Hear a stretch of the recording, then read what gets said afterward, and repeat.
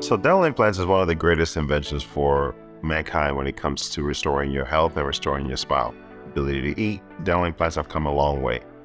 And at this point, we have about a 98% success rate for dental implants. However, with every surgical procedure, you should expect that there might be some risk involved.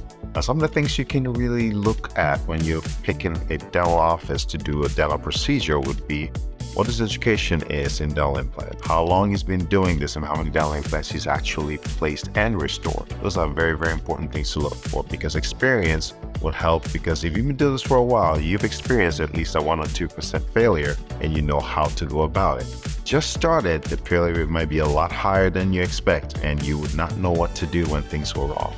And it's very important to be able to catch the problem before it becomes a bigger problem, because it's very easily reversed and very easily fixed if you can catch it early.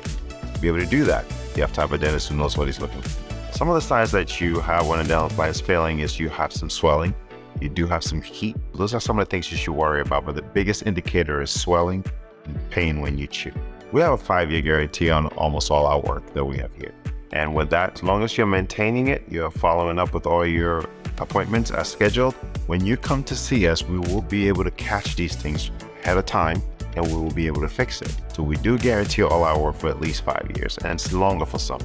The way our body works is a bit like if you don't use it, you will lose it. So the bone will keep resorbing, and if you've left a large enough space in there and the bone resorbs long enough, the muscle that attached to that area also atrophies, meaning it shrinks, and that will change the shape of your face with time.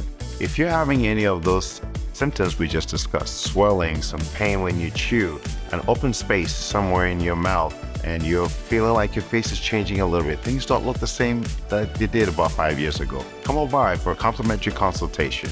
We'll take a look and see what's happening, get you a solution. I'm sure we'll figure something out with you.